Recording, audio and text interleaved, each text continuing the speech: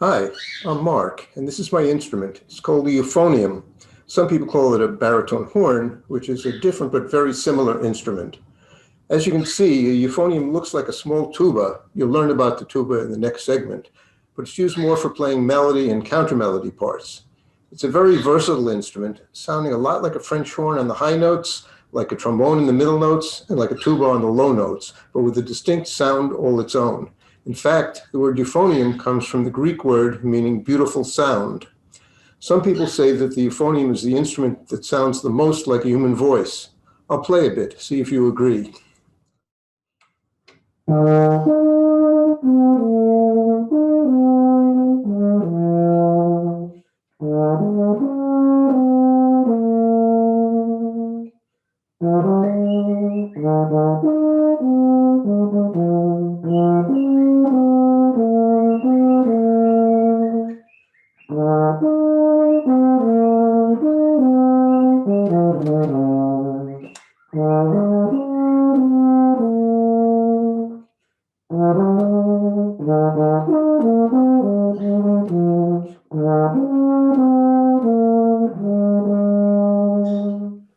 So where did the euphonium come from?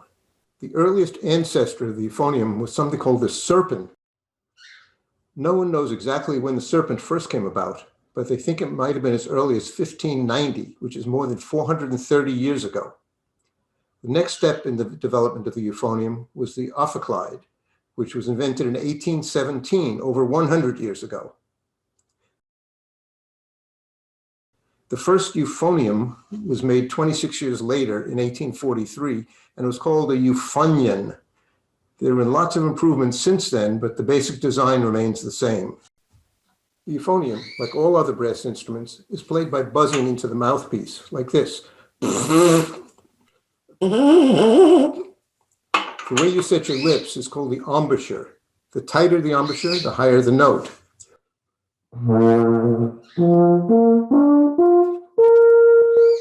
However, you can only play some of the notes without some help. That's provided by the valves, which change the pitch by adding different lengths of tubing, allowing you to play all of the missing notes.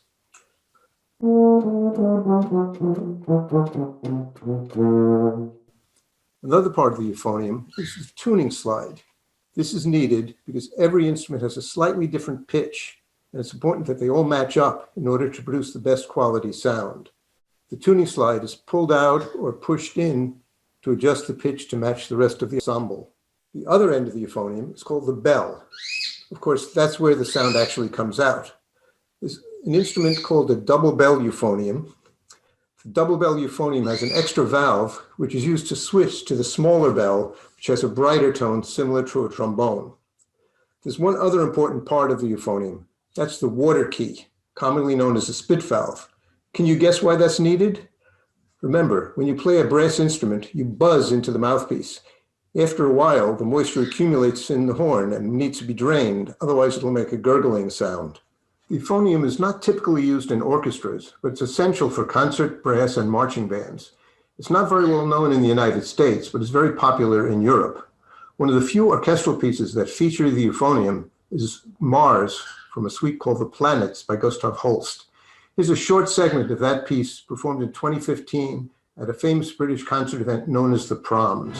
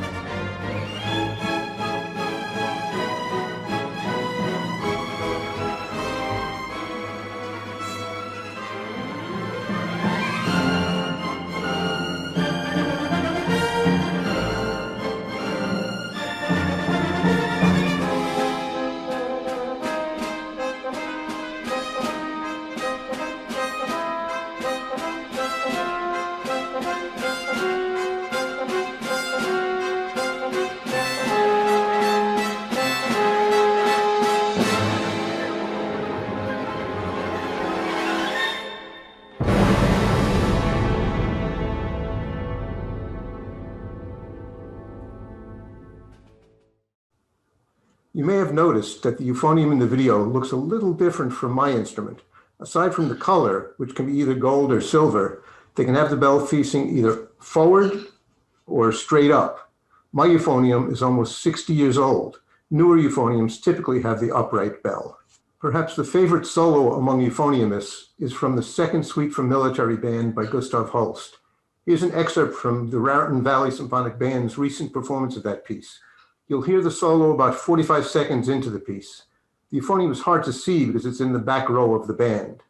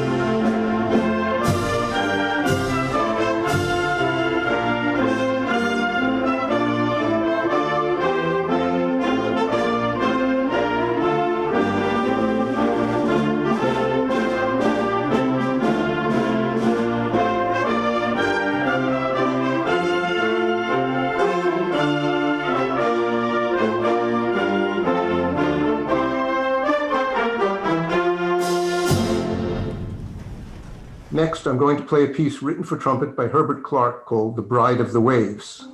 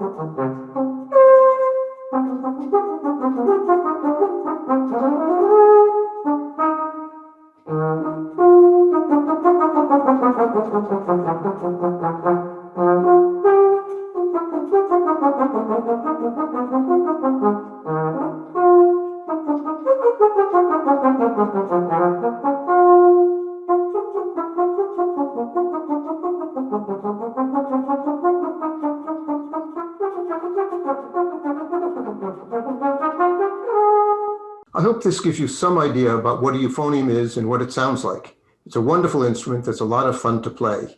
Music is a great hobby and can be a rewarding profession. If you're not already learning an instrument, please consider starting. I'm sure your school has an instrumental music program, or you can ask your parents about private lessons. Thanks for spending this time with me and the euphonium. If you think you heard bird sounds during the video, it wasn't your imagination. This is Jance. He's a cockatiel, and he loves to sing.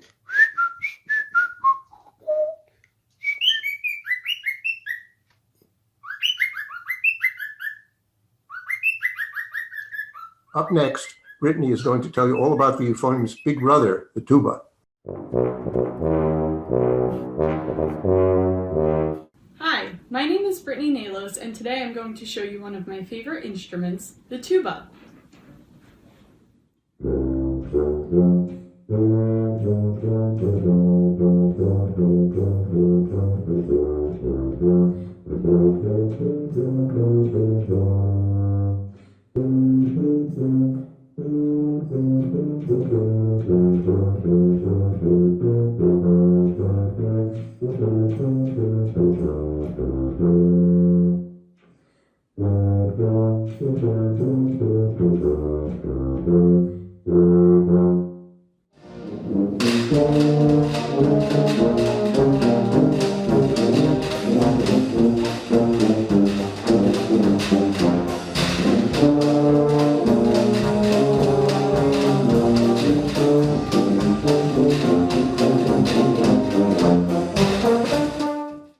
The tuba was invented in 1835 and it is a member of the brass family.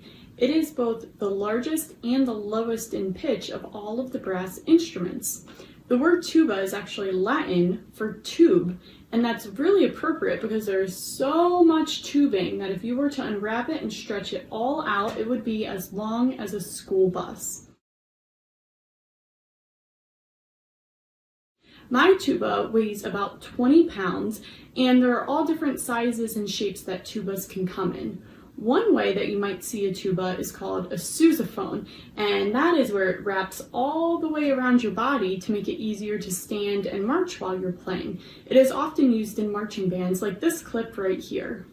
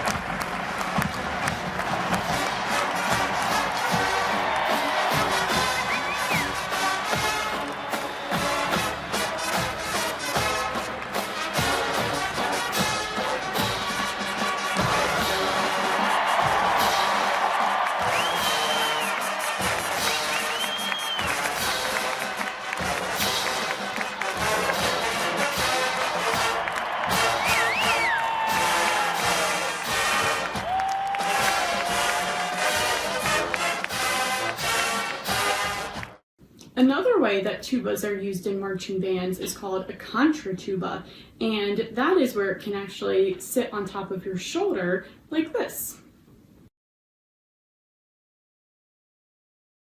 Some of the parts of the tuba that you can see here are the valves. Mine has 4 valves, and most student tubas that are used in schools have either 3 valves or 4. Some tubas even have 5 or 6 valves. Another part of the tuba is the mouthpiece, and it looks like this. If you were able to watch the other brass demonstrations and saw the trumpet, the trombone, or the euphonium, you might have seen those mouthpieces as well. So you can see the size difference from a trumpet mouthpiece, a trombone or euphonium mouthpiece, and a tuba mouthpiece. They are similar in shape, but the tuba is the biggest. Similar to the other brass instruments, you can make a sound on the tuba by first blowing raspberries like this.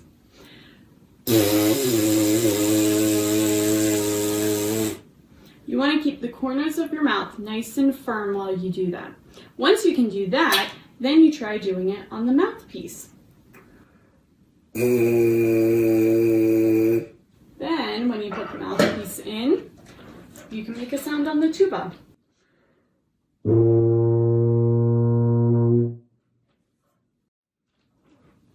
That was how I learned how to play the tuba when I was in 8th grade. I first started just by blowing raspberries, and then I tried it on my mouthpiece. Once I put the mouthpiece into the tuba, I was able to make a sound. What's your name?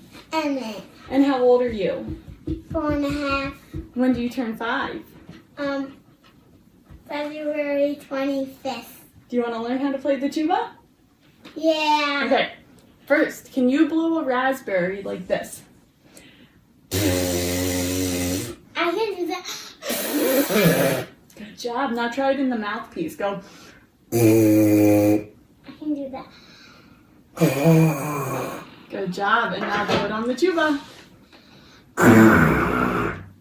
Try it again. Good job. What's your name? Lily. And how old are you? 2. And when do you turn 3?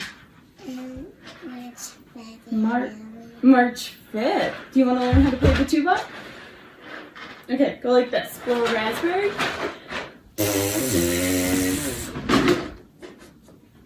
Can you blow a raspberry? Good job. Now can you do it on the mouthpiece like this? Go. Go in. Good job. And now try it on the tuba. Ready? Big breath. Try it again. Try one more time. Put your mouth right up there and go. Good job. Even though the tuba is the lowest brass instrument, you can still play a lot of fun songs like this one here.